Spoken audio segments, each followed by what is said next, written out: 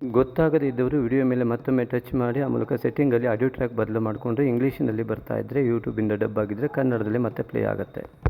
ಓಂ ಮಾತ್ರೇ ನಮಃ, ಓಂ ಮಾತೃಭ್ಯೋ ನಮಃ, ಓಂ ಪಿತ್ರೇ ನಮಃ, ಓಂ ಪಿತೃಭ್ಯೋ ನಮಃ, ಓಂ ಗುರುಭ್ಯೋ ನಮಃ, ಓಂ ಆಚಾರ್ಯೇಭ್ಯೋ ನಮಃ, ಓಂ ಮಹಾಗಣಪತಯೇ ನಮಃ, ಓಂ ಕುಲದೇವತಾ ಭೂದೇವಿ ಸಹಿತ ಲಕ್ಷ್ಮೀನಾರಾಯಣಾಯ ನಮಃ, ಓಂ ಉಮಾಮಹೇಶ್ವರಾಭ್ಯಾಂ ನಮೋ ನಮಃ. ಸಮಸ್ತ ಋಷಿ ಪರಂಪರೆಯನ್ನು, ಸಮಸ್ತ ಗುರು ಪರಂಪರೆಯನ್ನು ತಲೆಬಾಗಿ ನಮಿಸುತ್ತಾ ಸಮಸ್ತ ಮಿತ್ರ ವೃಂದಕ್ಕೆ ನಮಸ್ಕಾರಗಳು. ಜ್ಯೋತಿಷಕ್ಕೆ ಹೇಗೆ ಸಂಪರ್ಕಿಸಬೇಕು, ಎಷ್ಟು ಫೀಸ್ ಕಟ್ಟಬೇಕು, ಮತ್ತು ಜನ್ಮ ತಾರೀಕು ಇತ್ಯಾದಿಗಳು, ಜಾತಕ ಇಲ್ಲದಿದ್ದವರು ಏನು ಮಾಡಬೇಕು, ಹೇಗೆ ಸಂಪರ್ಕಿಸೋದು ಅಂದರೆ ನೀವು ಈ ಸಂಖ್ಯೆಗೆ ನಿಮ್ಮ ಹೆಸರನ್ನು ವಾಟ್ಸಪ್ ಮಾಡಿ ಮಾಹಿತಿ ಪಡೆಯಿರಿ. ಕಾರ್ತಿಕ ಮಾಸ 22/10/25ರಿಂದ 20/11/25ರವರೆಗೆ ಗ್ರೆಗೋರಿಯನ್ ಕ್ಯಾಲೆಂಡರ್ ಪ್ರಕಾರ ಈ ಕಾರ್ತಿಕ ಮಾಸದ ಶುಭಾಶಯಗಳು ತಮಗೆ. ಜ್ಯೋತಿಯನ್ನು ಬೆಳಗಿಸುವ ವಿಶೇಷವಾದಂತಹ ಮಾಸ ಕಾರ್ತಿಕ ಮಾಸ. ಜ್ಯೋತಿ ಮತ್ತು ಪರಮಾತ್ಮ ಮತ್ತು ನಮ್ಮ ಜ್ಞಾನ ಎಲ್ಲವೂ ಕೂಡ ಒಂದೇ. ಪೂರ್ಣಮದಃ ಪೂರ್ಣಮಿದಂ ಪೂರ್ಣಾತ್ ಪೂರ್ಣಮುದಚ್ಯತೆ ಪೂರ್ಣಸ್ಯ ಪೂರ್ಣಮಾದಾಯ ಪೂರ್ಣಮೇವಾವಶಿಷ್ಯತೆ.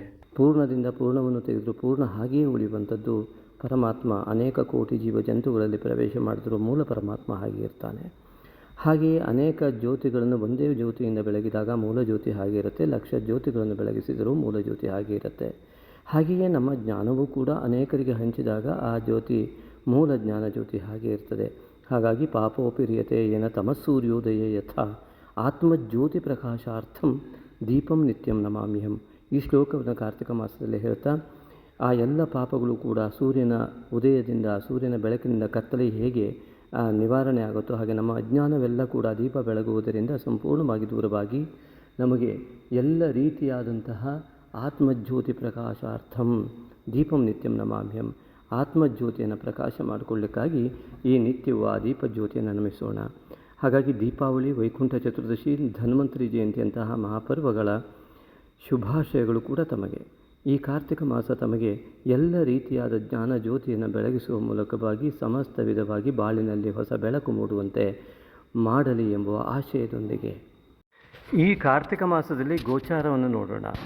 24/10/25 ಗ್ರೆಗೋರಿಯನ್ ಕ್ಯಾಲೆಂಡರ್ ಪ್ರಕಾರವಾಗಿ ಆ ವೃಶ್ಚಿಕ ರಾಶಿಗೆ ಬುಧ ಪ್ರವೇಶ ಮಾಡುತ್ತಿದ್ದಾನೆ. ತೃತೀಯ ಶುಕ್ರವಾರದಂದು ಬುಧನ ಪ್ರವೇಶ. ಹಾಗೆ 27/10/25ರಂದು ಚತುರ್ಥಿಯ ದಿವಸ ಸೋಮವಾರದಂದು ಕುಜನು ವೃಶ್ಚಿಕ ರಾಶಿಗೆ ತುಲಾರಾಶಿಯಿಂದ ಪ್ರವೇಶ ಮಾಡುತ್ತಿದ್ದಾನೆ. ದ್ವಾದಶಿ ಭಾನುವಾರದಂದು ಅಂದರೆ 2/11/25ರಂದು ಕನ್ಯಾ ರಾಶಿಯಿಂದ ತುಲಾರಾಶಿಯನ್ನು ಶುಕ್ರನು ಪ್ರವೇಶ ಮಾಡುತ್ತಿದ್ದಾನೆ. ಹಾಗೆಯೇ ಭಾನುವಾರ ದ್ವಾದಶಿಯ ದಿನ ಸೂರ್ಯನು ವೃಶ್ಚಿಕ ರಾಶಿಯನ್ನು ತುಲಾರಾಶಿಯಿಂದ ಪ್ರವೇಶ ಮಾಡುತ್ತಿದ್ದಾನೆ. 16/11/25 ಗ್ರೆಗೋರಿಯನ್ ಕ್ಯಾಲೆಂಡರ್ ಪ್ರಕಾರ. ಹಾಗೆಯೇ 5/11/25 ಬುಧವಾರ ಕಾರ್ತಿಕ ಪೌರ್ಣಿಮೆ ಮೇಷರಾಶಿಯಲ್ಲಿ. 20/11/25 ಗುರುವಾರ ಅಮಾವಾಸ್ಯೆ ತುಲಾರಾಶಿಯಲ್ಲಿ. ಮುಂದೆ ನೋಡುವ ಮುನ್ನ ನಿಮಗೊಂದು ಸದವಕಾಶ ನಮ್ಮ ಯೂಟ್ಯೂಬ್ ಚಾನಲಲ್ಲಿ. ಹೇಗೆಂದರೆ ಶ್ರೀ ಸರಸ್ವತಿ ಧ್ಯಾನಂ ಅಂಡರಲ್ಲಿ #ಪೀಪಲನ್ನು ನಾವು ಪ್ರಾರಂಭಿಸಿದ್ದು. ವಾಟ್ಸಪ್ ಮತ್ತು RTIಯಲ್ಲಿ ಕ್ವಶನ್ ಪರ್ಸನ್ ಎಂಬುದಾಗಿ ನಿಮ್ಮ ನಂಬರ್ ಅಪ್ಲೋಡ್ ಆಗ್ತಾ ಹೋಗುತ್ತೆ, 1 2 3 ಎಂಬುದಾಗಿ.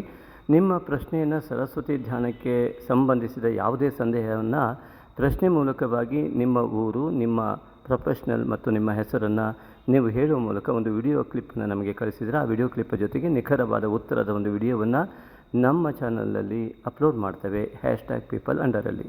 ಹಾಗಾಗಿ ತ್ವರೆ ಮಾಡಿ ನಿಮ್ಮ ಪ್ರಶ್ನೆಯನ್ನು ಕೇಳಿ ಸದವಕಾಶ ಬಳಸಿಕೊಳ್ಳಿ. ಕಾರ್ತಿಕ ಮಾಸವು ನಿಮ್ಮ ಜೀವನದಲ್ಲಿ ಹೊಸ ಬೆಳಕನ್ನು ಹೇಗೆ ಮೂಡಿಸುತ್ತಿದೆ ನೋಡೋಣ ಬನ್ನಿ. ಕುಂಭರಾಶಿ ಸಂಜಾತರೆಲ್ಲರಿಗೂ ಕೂಡ ಈ ಕಾರ್ತಿಕ ಮಾಸದಲ್ಲಿ ಯಾವ ಯಾವ ಗ್ರಹಗಳು ಉತ್ತಮ ಫಲವನ್ನು ನೀಡಬಲ್ಲವು, ಯಾವುದು ವ್ಯತಿರಿಕ್ತ ಫಲವನ್ನು ನೀಡಬಲ್ಲವು ಎಂಬುದಾಗಿ ಒಮ್ಮೆ ಚಿಂತನೆ ಮಾಡಿ ಅದಕ್ಕೆ ಪರಿಹಾರವನ್ನು ಚಿಂತಿಸೋಣ. ಯಾವುದಕ್ಕೂ ವಿಡಿಯೋವನ್ನು ಕೊನೆಯವರೆಗೂ ಕೂಡ ಸ್ಕಿಪ್ ಮಾಡದೆ ನೋಡಬೇಕಾಗಿ ತಮ್ಮಲ್ಲಿ ವಿನಂತಿ. ಆ ಮೂಲಕವಾಗಿ ಉತ್ತಮವಾದಂತಹ ಫಲವನ್ನು ಅನುಭವಿಸುವ ಯೋಗ ನಿಮ್ಮದಾಗಲಿ ಎನ್ನುವ ಹಾರೈಕೆಯೊಂದಿಗೆ ಕುಂಭರಾಶಿಯಲ್ಲಿಯೇ ಈ ಕಾರ್ತಿಕ ಮಾಸದಲ್ಲಿ ರಾಹುವು ವಿರಾಜಮಾನನಾಗಿರುತ್ತಾನೆ. ಹಾಗೆ ರಾಶಿಯ ಅಧಿಪತಿಯಾದ ಶನೈಶ್ಚರನು ಕೂಡ ದ್ವಿತೀಯದಲ್ಲಿ ವಿರಾಜಮಾನನಾಗಿದ್ದು, ದ್ವಿತೀಯಾಧಿಪತಿಯಾದಂತಹ ಗುರುವು 6ನೇ ಮನೆಯಲ್ಲಿ ವಿರಾಜಮಾನನಾಗಿರುತ್ತಾನೆ. ಸಪ್ತಮದಲ್ಲಿ ಕೇತು ಇರುವುದರಿಂದಾಗಿ ಆಗುವಂತಹ ಉತ್ತಮ ಫಲಗಳೇನು, ದುಷ್ಫಲಗಳೇನು ನೋಡೋಣ ಬನ್ನಿ. ರಾಹು ರಾಶಿಯಲ್ಲೇ ಇರುವುದರಿಂದ ಅನೇಕರಿಗೆ ಅನೇಕ ವಿಧವಾದ ಗೊಂದಲಗಳು ಉಂಟಾಗಿರುವ ಎಲ್ಲ ಸಾಧ್ಯತೆಗಳಿದೆ. ದೈಹಿಕವಾಗಿ ಕೆಲವೊಂದಿಷ್ಟು ಅಲರ್ಜಿ ಇತ್ಯಾದಿಗಳು ಉಂಟಾಗಬಹುದು, ಕೆಲವರಿಗೆ ಕಾಲು ನೋವು ಇತ್ಯಾದಿಗಳು, ಮತ್ತು ಕೆಲವರಿಗೆ ಕ್ಯಾಲ್ಸಿಯಂ ತೊಂದರೆಗಳು ಉಂಟಾಗಿ ಕಾಲು ನೋವು ಇತ್ಯಾದಿಗಳ ಆಧಿಕ್ಯತೆ ಉಂಟಾಗಿರುವ ಎಲ್ಲ ಸಾಧ್ಯತೆಗಳಿದೆ. ಅದಕ್ಕಾಗಿ ಸರಿಯಾದ ಆಯುರ್ವೇದ ಔಷಧೋಪಚಾರವನ್ನು ಮಾಡಬೇಕಾಗಿ ತಮ್ಮಲ್ಲಿ ವಿನಂತಿ. ಹಾಗೆಯೇ ಈ ರಾಹುವಿನ ಸ್ಥಿತಿಗತಿಗಳಿಂದಾಗಿ ಎಲ್ಲ ನಿರ್ಣಯಗಳಲ್ಲಿ ಗೊಂದಲಗಳು ಉಂಟಾಗುವ ಎಲ್ಲ ಲಕ್ಷಣಗಳಿದ್ದು, ನಮ್ಮ ಯೂಟ್ಯೂಬ್ ಚಾನಲಲ್ಲಿ ಈ ಒಂದು ಕುಂಭರಾಶಿಯವರು ಈ ವರ್ಷ ಪರ್ಯಂತವಾಗಿ ನಮ್ಮ ಯೂಟ್ಯೂಬ್ ಚಾನಲಲ್ಲಿ ಲಭ್ಯವಿರುವಂತಹ ಆ ಶಾರ್ಟ್ಸಲ್ಲಿ ಪವರ್ಫುಲ್ ನಾಗಮಂತ್ರ ಅಂತ ಇದೆ. ನಿತ್ಯವೂ ಕೂಡ ನನ್ನ ನೋಡಿ ಪ್ಲೇ ಮಾಡಿ, ನಿತ್ಯವೂ ಕೂಡ ಹೇಳಿ ಆ ದೋಷದಿಂದ ಮುಕ್ತರಾಗಬೇಕಾಗಿ ತಮ್ಮಲ್ಲಿ ವಿನಂತಿ. ಇನ್ನು ದ್ವಿತೀಯದಲ್ಲಿ ಇರತಕ್ಕಂತಹ ಶನೈಶ್ವರನು ಉತ್ತಮವಾದಂತಹ ಫಲವನ್ನೇ ಕಾರ್ತಿಕ ಮಾಸದಲ್ಲಿ ನೀಡಬಲ್ಲ. ನಿಮ್ಮ ಜಾತಕದಲ್ಲಿ ಶನೈಶ್ವರನು ಯಾವ ರೀತಿ ಇದ್ದಾನೆ ಎನ್ನುವುದನ್ನು ಚಿಂತನೆ ಮಾಡಿಕೊಳ್ಳಬೇಕು. ನಿಮ್ಮ ಯಾವುದೇ ರೀತಿಯಾದ ಜವಾಬ್ದಾರಿ ರಾಹಿತ್ಯತೆ ಉಳ್ಳಂತಹ, ಅರ್ಥಾತ್ ಮುಂದೂಡುವುದು, ಇವತ್ತು ಮಾಡುವ ಕೆಲಸವನ್ನು ಮುಂದೂಡುವುದು, ಆಲಸ್ಯವನ್ನು ಅತಿಯಾಗಿ ಮಾಡಿಕೊಳ್ಳುವುದರಿಂದ ಶನೈಶ್ವರನಿಂದ ಕೆಟ್ಟ ಫಲ. ಅಂದರೆ ಯಾವುದೇ ಕೆಲಸವನ್ನು ನಿರ್ಧಾರಾತ್ಮಕವಾಗಿ ಮಾಡಿ ತಕ್ಷಣವೇ ಮಾಡಿ ಮುಗಿಸುವ ಯೋಚನೆ ಬರದಿದ್ದವರಿಗೆ ಶನೈಶ್ವರನಿಂದ ಕೆಟ್ಟ ಫಲ ಸಿಗುತ್ತದೆ. ಆದ್ದರಿಂದಾಗಿ ಆದಷ್ಟು ಶನೈಶ್ವರನ ಒಂದು ಆಲಸ್ಯವನ್ನು ಬಿಟ್ಟು ಶನೈಶ್ವರನಿಂದಾಗಿ ಸಿಗತಕ್ಕಂತಹ ಆಳವಾದ ಯೋಚನೆಯನ್ನು ಮಾಡಿ ಆ ಒಂದು ಕಾರ್ಯದಲ್ಲಿ ಪರಿಪೂರ್ಣತೆ ಆಗುವಲ್ಲಿವರೆಗೂ ಕೂಡ ಹಠ ಮಾಡಿ, ಅಂದರೆ ಛಲದಿಂದ ಅದನ್ನು ಗಟ್ಟಿಯಾಗಿ ಕೆಲಸವನ್ನು ಸಂಪೂರ್ಣ ಮಾಡುವವರಿಗೂ ಸಣ್ಣ ಕೆಲಸ ಇರಲಿ ದೊಡ್ಡ ಕೆಲಸ ಇರಲಿ ಅದಕ್ಕೆ ಸಂಪೂರ್ಣವಾದ ಗೌರವದೊಂದಿಗೆ ಆ ಕೆಲಸವನ್ನು ಮಾಡಿದಾಗ ಮಾತ್ರ ನಿಮ್ಮ ಆರ್ಥಿಕ ಸ್ಥಿತಿಗಳಲ್ಲಿ ಸ್ಥಿತಿಗತಿಗಳಲ್ಲಿ ಯಶಸ್ಸು ಸಿಗಲು ಸಾಧ್ಯ, ನಿಮ್ಮ ಕೆಲಸದಲ್ಲಿ ಯಶಸ್ಸು ಸಿಗಲು ಸಾಧ್ಯ. ಹಾಗೆಯೇ ಗುರುವು 6ನೇ ಮನೆಯಲ್ಲಿ ಕುಳಿತಿರುವುದರಿಂದಾಗಿ ಸಂಪೂರ್ಣವಾದ ಫಲ ನೀಡಲು ಅಸಮರ್ಥನಾಗುವುದರಿಂದ ನಾಗನ ಮಂತ್ರದ ಜೊತೆಗೆ ನೀವು ಗುರುವಿನ ಆರಾಧನೆಯನ್ನು ಮಾಡುವುದು ಅತ್ಯಂತ ಮುಖ್ಯ. ಅಷ್ಟೇ ಅಲ್ಲ, ಗುರುಸ್ಥಾನದಲ್ಲಿ ತಾಯಿ ಮತ್ತು ತಂದೆಯರು ಬರೋದರಿಂದ ಅವರಿಗೆ ಬೆಳಗ್ಗೆ ಮೊದಲು ತಾಯಿಗೆ ಆಮೇಲೆ ತಂದೆಗೆ ನಿತ್ಯ ನಮಸ್ಕಾರ ಮಾಡಿಕೊಂಡು ಗುರು ಗಣಪತಿ ಕುಲದೇವರನ್ನು ನಮಸ್ಕರಿಸಿ ನಿಮ್ಮ ದಿನದ ಕಾರ್ಯ ಪ್ರಾರಂಭಿಸುವುದು ಅತಿ ಸೂಕ್ತ ಎನಿಸುತ್ತಿದೆ. ಹಾಗೆಯೇ ನಿಮ್ಮ ಹಿತವನ್ನು ಸಂಪೂರ್ಣವಾಗಿ ಆತ್ಮೀಯವಾಗಿ ಬಯಸುವ ಉತ್ತಮರ ಮಾರ್ಗದರ್ಶನವು ಅತ್ಯಂತ ಅಗತ್ಯವಾಗಿ ಕುಂಭರಾಶಿಯವರಿಗೆ ಕಂಡುಬರುತ್ತದೆ. ಮತ್ತು ಈ ವರ್ಷದಲ್ಲಿ ಶೇರ್ ಮಾರ್ಕೆಟ್ ಇತ್ಯಾದಿಗಳಲ್ಲಿ ಅನೇಕ ಗೊಂದಲಗಳು ಉಂಟಾಗುವಂಥ ಲಕ್ಷಣಗಳಿರುವುದರಿಂದ ಅದರ ಬಗ್ಗೆ ಬಹಳ ಎಚ್ಚರಿಕೆ ಬೇಕೇ ಬೇಕು. ಹಾಗಾಗಿ ಯಾವುದೇ ರೀತಿಯಿಂದಾಗಲೂ ದುಡುಕಿ ನಿರ್ಧಾರವನ್ನು ತೆಗೆದುಕೊಳ್ಳಬೇಡಿ. ರಾಹು ರಾಶಿಯಲ್ಲಿ ಇರುವಲ್ಲಿವರೆಗೂ ಕೂಡ ನಿಮ್ಮ ನಿರ್ಧಾರಗಳಲ್ಲಿ ಏರುಪೇರುಗಳಾಗಿ ಉತ್ತಮ ಫಲ ಸಿಗದೇ ಇರುವಂತಹ ಲಕ್ಷಣಗಳು ಕಂಡುಬರುವುದರಿಂದ ಯಾವುದೇ ರೀತಿಯಿಂದಾಗಿ ದುಡುಕಿನ ನಿರ್ಧಾರ ತೆಗೆದುಕೊಳ್ಳದೆ ಆಂಜನೇಯನ ಆರಾಧನೆಯನ್ನು ಮಾಡುವ ಮೂಲಕ ನಿರ್ಧಾರಗಳನ್ನು ತೆಗೆದುಕೊಳ್ಳುವಂಥದ್ದು ಗುರು ಹಿರಿಯರ ಮತ್ತು ಪಿತೃವರ್ಗದ ಮಾರ್ಗದರ್ಶನದ ಮೂಲಕವಾಗಿ ನಿಮ್ಮ ನಿರ್ಣಯ ಅತ್ಯುತ್ತಮವಾದ ಫಲ ನೀಡಬಲ್ಲದು. ಆದ್ದರಿಂದಾಗಿ ಕಾರ್ತಿಕ ಮಾಸದಲ್ಲಿ ಗುರುವು 6ನೇ ಮನೆಯಲ್ಲಿ ಕುಳಿತಿರುವುದೇ ನಿಮಗೆ ಸಂಪೂರ್ಣವಾದ ಫಲ ಸಿಗದೇ ಇರುವಂತಹ ಲಕ್ಷಣ ಹೊಂದಿದ್ದರಿಂದ ಆದಷ್ಟು ಗುರುವಿನ ಆರಾಧನೆ ಮತ್ತು ಜಪ ತಪಗಳನ್ನು ಮಾಡುವ ಅನಿವಾರ್ಯತೆ ನಿಮಗೆ ಇದ್ದೇ ಇದೆ. ಹಾಗೆ ಮಾಡುವುದರಿಂದ ಮಾತ್ರ ನಿಮಗೆ ಉತ್ತಮವಾದ ಫಲ ಲಭ್ಯವಾಗಲು ಸಾಧ್ಯವಾಗಬಲ್ಲದು, ಜೀವನದಲ್ಲಿ ಹೊಸ ಬೆಳಕು ಮೂಡಬಲ್ಲದು. ಇನ್ನು ಸಪ್ತಮದಲ್ಲಿಯೇ ಇರುವಂತಹ ಕೇತುವಿನಿಂದ ಯಾವುದೋ ಪಾರ್ಟ್ನರ್ ಬಿಸ್ನೆಸ್ ಇತ್ಯಾದಿಗಳಲ್ಲೂ ಕೂಡ ವಿಘ್ನಗಳು ಬರಬಹುದು. ಆರೋಗ್ಯದ ಕಡೆ ಹೆಚ್ಚಿನ ಗಮನ ಬೇಕು. ಆಹಾರ ಪದ್ಧತಿಯ ಮೇಲೆ ಅತಿ ಹೆಚ್ಚಿನ ನಿಗಾ ಬೇಕು. ಹಾಗೆಯೇ ಇಲ್ಲಿ ಅತ್ಯುತ್ತಮವಾದ ಫಲವು ಶುಕ್ರನಿಂದ ಕಂಡು ಬರ್ತಾ ಇರುವಂಥದ್ದು. ಅತ್ಯಂತ ಯೋಗಕಾರಕನಾಗಿ ಶುಕ್ರನು ಭಾಗ್ಯಕ್ಕೆ ಬರ್ತಾ ಇರುವುದು ಸ್ವಸ್ಥಾನಕ್ಕಾಗಿ. ಆ ಸ್ವಸ್ಥಾನದಲ್ಲಿ ಅತ್ಯಂತ ಉತ್ತಮವಾದ ಫಲ ಕೊಡಬಲ್ಲಂತಹ ಶುಕ್ರನು ಅತ್ಯುತ್ತಮವಾದ ಫಲವನ್ನೇನೂ ಕೊಡಬಲ್ಲ. ಆದರೆ ನಿಮ್ಮ ನಿರ್ಧಾರಗಳು ವ್ಯತ್ಯಾಸವಾದಲ್ಲಿ ಖಂಡಿತವಾಗಿಯೂ ನಿಮ್ಮ ನಿರ್ಧಾರಗಳ ವ್ಯತ್ಯಾಸದಿಂದ ಶುಕ್ರನ ಫಲವೂ ಕೂಡ ಹಿಂದೆ ಹೋಗುವಂಥ ಲಕ್ಷಣಗಳಿರುವುದರಿಂದ ನಿರ್ಧಾರಗಳ ವಿಚಾರಗಳಲ್ಲಿ ಗುರು ಹಿರಿಯರ ಮಾರ್ಗದರ್ಶನ ಅತ್ಯಂತ ಮುಖ್ಯವಾಗಿದೆ. ಆಂಜನೇಯನ ಆರಾಧನೆ, ದುರ್ಗಿಯ ಆರಾಧನೆ ನಿಮ್ಮ ಲಾಭಾಂಶಕ್ಕೆ ಅತಿ ಮುಖ್ಯ ಕಾರಣವಾಗ್ತದೆ. ಕುಲದೇವತಾ ಆರಾಧನೆಯೂ ಕೂಡ ಅತಿ ಮುಖ್ಯವಾಗಿ ಕಂಡುಬರ್ತದೆ. ಶುಕ್ರನು ಕುಲದೇವತಾ ಸ್ಥಾನದಲ್ಲಿ ಬಂದು ವಿರಾಜಮಾನನಾಗ್ತಾ ಇದ್ದಾನೆ. ಇನ್ನು ಉತ್ತಮವಾಗಿ ರವಿ ಕುಜ ಬುಧರೇನೂ ದಶಮದಲ್ಲಿ ಬರುತ್ತಿದ್ದಾರೆ. ಇದು ನಿಮ್ಮ ಯೋಗ ಕೂಡ ಹೌದು. ಅಲ್ಲಿಗೆ ಗುರುದೃಷ್ಟಿ ಇರುವುದರಿಂದಾಗಿಯೂ ನಿಮ್ಮ ಹೆಂಡತಿ ಅಥವಾ ಗಂಡನ ಒಂದು ಜಾತಕದ ಬಲದಿಂದ ಉತ್ತಮ ಫಲ ಲಭ್ಯವಾಗಬಲ್ಲದು. ಪಿತೃವರ್ಗದ ಆಸ್ತಿ ಇತ್ಯಾದಿಗಳಲ್ಲೂ ಕೂಡ ಅನೇಕ ವಿಧವಾದಂತಹ ಗೊಂದಲಗಳು ನಿವಾರಣೆ ಮಾಡಿಕೊಳ್ಳಲಿಕ್ಕೆ ಯೋಗವಾಗಿ ಮತ್ತು ಶುಕ್ರನ ಮತ್ತು ಕುಜನ ಒಂದು ಸ್ಥಿತಿಗತಿಗಳಿಂದ ಮನೆ ಕಟ್ಟುವಂತಹ ಚಿಂತನೆ ಇರುವವರಿಗೆ ಉತ್ತಮವಾದ ಮನೆ ನಿರ್ಮಾಣ, ವೈಭವೋಪೇತವಾದ ಮನೆ ನಿರ್ಮಾಣ ಯೋಗ ಕಂಡು ಬರ್ತದೆ. ಆದರೆ ಯಾವುದೇ ಕೆಲಸದಲ್ಲೂ ಕೂಡ ನಿರ್ಧಾರದಲ್ಲಿ ಗೊಂದಲವನ್ನು ಮಾಡಿಕೊಂಡಾಗ ಮಾತ್ರ ಈ ಕುಂಭರಾಶಿಯವರಿಗೆ ಕೆಟ್ಟ ಫಲಗಳು ಲಭ್ಯವಾಗಬಲ್ಲದು. ಆದ್ದರಿಂದ ನಿರ್ಣಯದಲ್ಲಿ ಗೊಂದಲವಾಗದ ರೀತಿಯಲ್ಲಿ ಒಂದು ದಿನ ಹೆಚ್ಚಿಗೆ ಕೂಡ ಯೋಚನೆ ಮಾಡಿದರೂ ಆಯಿತು, ಒಳ್ಳೆಯ ಮಾರ್ಗದರ್ಶನವನ್ನು ಸರಿಯಾದ ರೀತಿಯಲ್ಲಿ ಪಡೆದರೂ ಆಯಿತು. ಆ ರೀತಿಯಾಗಿ ಉತ್ತಮವಾದ ಚಿಂತನೆಯೊಂದಿಗೆ ನಿರ್ಧಾರವನ್ನು ಯಾವುದೇ ಗೊಂದಲವನ್ನು ಇಲ್ಲದೆ ತೆಗೆದುಕೊಂಡಾಗ ಮಾತ್ರ ನೀವು ಯಶಸ್ಸನ್ನು ಕಾಣೋದಕ್ಕೆ ಸಾಧ್ಯ ಈ ಒಂದು ಸಂವತ್ಸರದ ಕಾರ್ತಿಕ ಮಾಸದಲ್ಲಿ. ಆದ್ದರಿಂದ ಕಾರ್ತಿಕ ಮಾಸದಲ್ಲಿ ದೀಪವನ್ನು ಬೆಳಗುತ್ತಾ ಗುರುವಿಗೂ ಕೂಡ ದೀಪವನ್ನು ಬೆಳಗಿ ಆರಾಧನೆಯನ್ನು ಮಾಡಿ, ಆ ಮೂಲಕವಾಗಿ ರವಿ ಕುಜ ಬುಧರ ಸಂಪೂರ್ಣ ಅತ್ಯುತ್ತಮ ಫಲವನ್ನು ಕೂಡ ನೀವು ಅನುಭವಿಸಲು ಸಾಧ್ಯ ಇದೆ.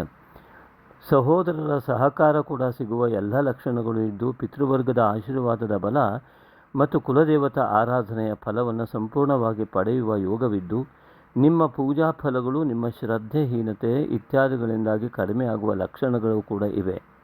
ಆದ್ದರಿಂದ ಶ್ರದ್ಧೆಯನ್ನು ಹೆಚ್ಚಿಸಿಕೊಂಡು ಭಕ್ತಿಯನ್ನು ಜಾಗೃತ ಮಾಡಿಕೊಂಡು ಭಗವದ್ಭಕ್ತಿಯಿಂದ ಗುರು ಮಾರ್ಗದರ್ಶನದೊಂದಿಗೆ ಗುರುವಿನ ಅನುಮತಿಯೊಂದಿಗೆ ಅನೇಕ ಜಪತಪಾದಿಗಳನ್ನು ಮಾಡುವುದು ಅತಿ ಮುಖ್ಯವಾಗಿ ಕಂಡುಬರುತ್ತದೆ. ಗುರು ಜಪದ ಉಪದೇಶಕ್ಕಾಗಿ ನಮ್ಮನ್ನು ಕೂಡ ನಿಮಗೆ ಸಂಪರ್ಕಿಸಲು ಅವಕಾಶವಿದೆ. ಶಾಸ್ತ್ರೀಯ ರೀತಿಯಲ್ಲಿ ಗುರುಕುಲ ಪದ್ಧತಿಯಲ್ಲಿ ಗುರು ಮಂತ್ರವನ್ನು ಉಪದೇಶ ಪಡೆದ ಅದೆಷ್ಟೋ ಜನರು ಈ ಗುರುವಿನ ಬಲವನ್ನು ಪಡೆದು ದೈವ ಬಲವನ್ನು ಹೆಚ್ಚಿನ ರೀತಿಯಲ್ಲಿ ಪಡೆದು ಉತ್ತಮ ಜೀವನ ನಡೆಸುತ್ತಿರುವುದು ಈಗ ಉದಾಹರಣೆಯಾಗಿದೆ.